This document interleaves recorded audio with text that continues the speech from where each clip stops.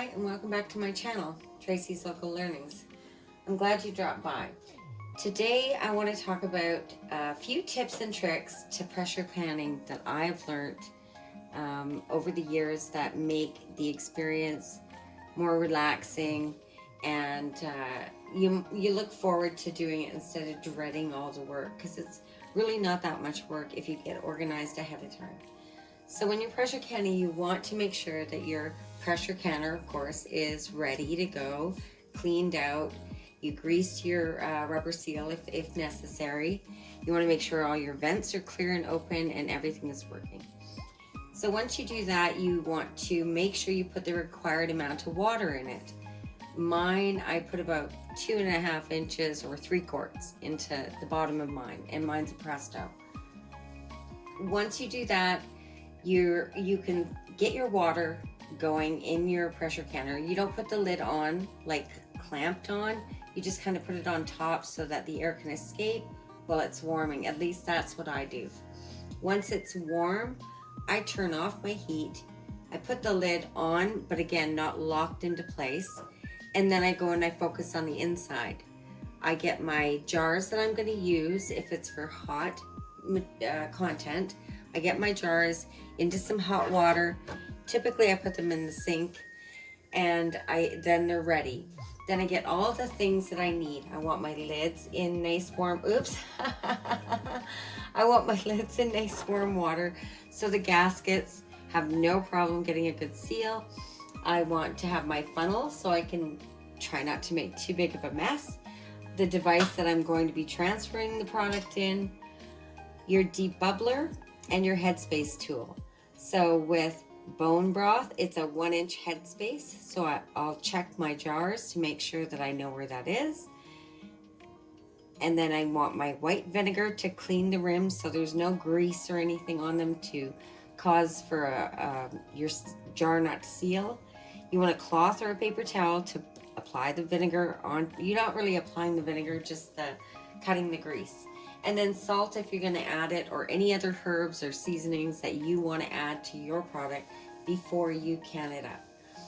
So if you have all these things ready, and that goes along with, like when I made the beef bone broth, some of them I added onions. Have those onions ready to go so you don't have to stop and then go prepare something and then come back to it. And then from there, it's a really relaxing process. Doing bone broth is one of the faster processing times. When you do meats, for quarts, it's a 90-minute processing time. And for pints, it's a 75-minute processing time. So you're investing a lot more time into being stationary. Another thing that I've come to figure out over the years is I can plan things that I can do while I'm pressure canning.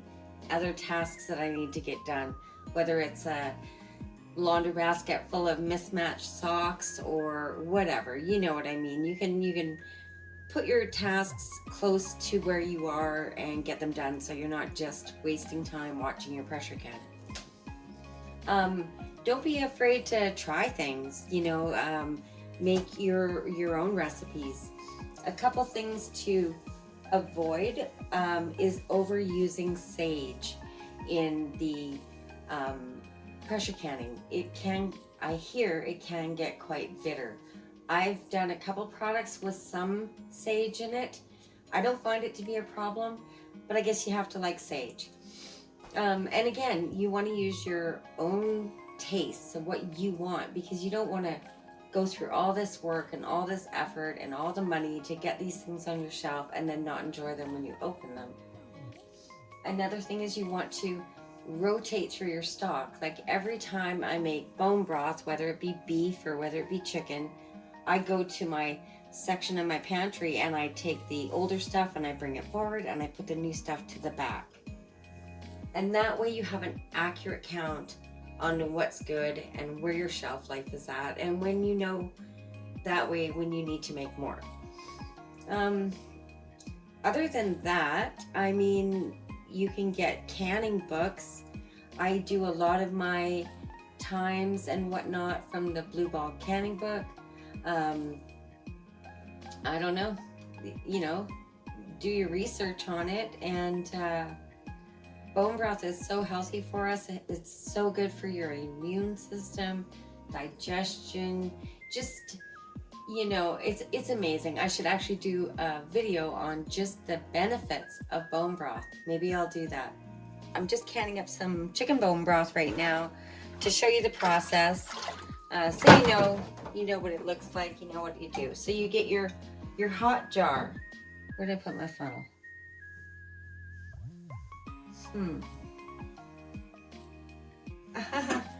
Okay, you get your hot jar. You put it by your hot product. You put your funnel on. You pour it into the jar, right?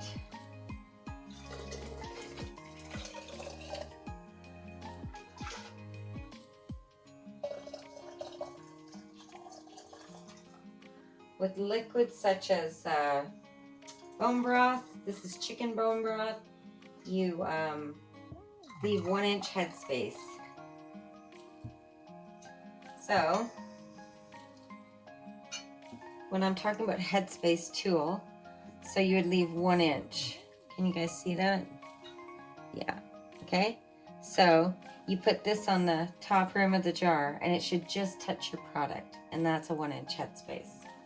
Okay, so then you take your cloth with your white vinegar or your paper towel and you clean this rim meticulously because you don't want to lose your product. And remember, the jar is very hot at this point because you've just put almost boiling content into it. So you put your lid on just to where it stops and then give it a little turn. That's it. You don't crank it down there because it won't be able to do its work releasing whatever air needs to come out of it in the process. Okay, so I'll do another one. You take your hot jar out of the sink or wherever you keep them to keep them warm. Some people keep them in the oven, but I find it's too hot. I prefer just the hot water from the sink. It doesn't burn me. And they're hot, so it works.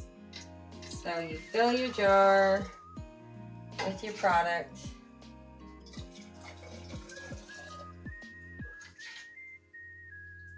To a 1 inch headspace.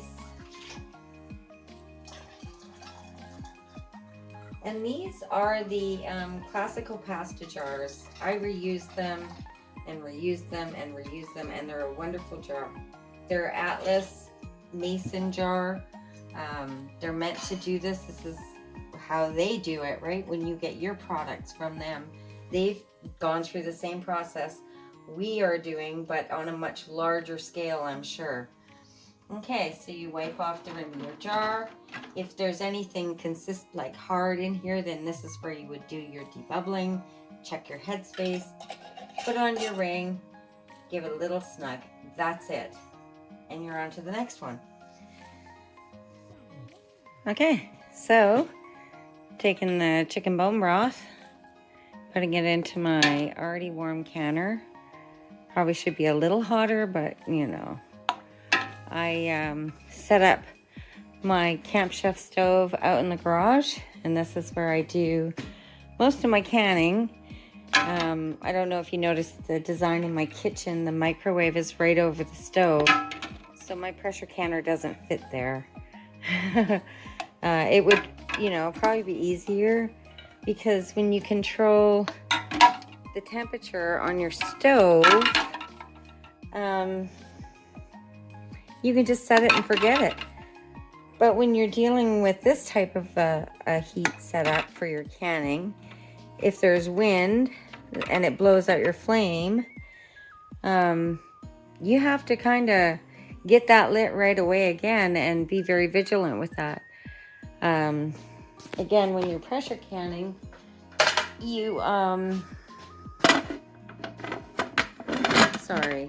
when you're pressure canning, you have to stick with what you're doing, because once you reach your 10 pounds pressure for your canning process, if you if you let it drop below that, you have to start all over again, like your processing time. So, hang on.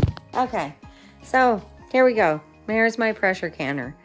It's a Presto pressure canner. I actually have 2 of them. I've had it for years. I love it. So before I start canning, like I said, you make sure that your pressure canner is clean, and I've already greased my rubber gasket inside. You make sure that your safety mechanism is flowing easily. You blow air through your air vent to make sure it's working properly. You make sure that your secondary vacuum plug, or I don't know, safety feature is fine and it's in there and it's not wobbling. And off you go. Now I'm going to bring it to temperature. And once I bring it to temperature, that means that spigot will start spewing steam out of it. And I will bring you back then. Okay, the little safety feature has come up right here, and it is venting. So now I time it for 10 minutes, and then after 10 minutes, I'll bring you guys back.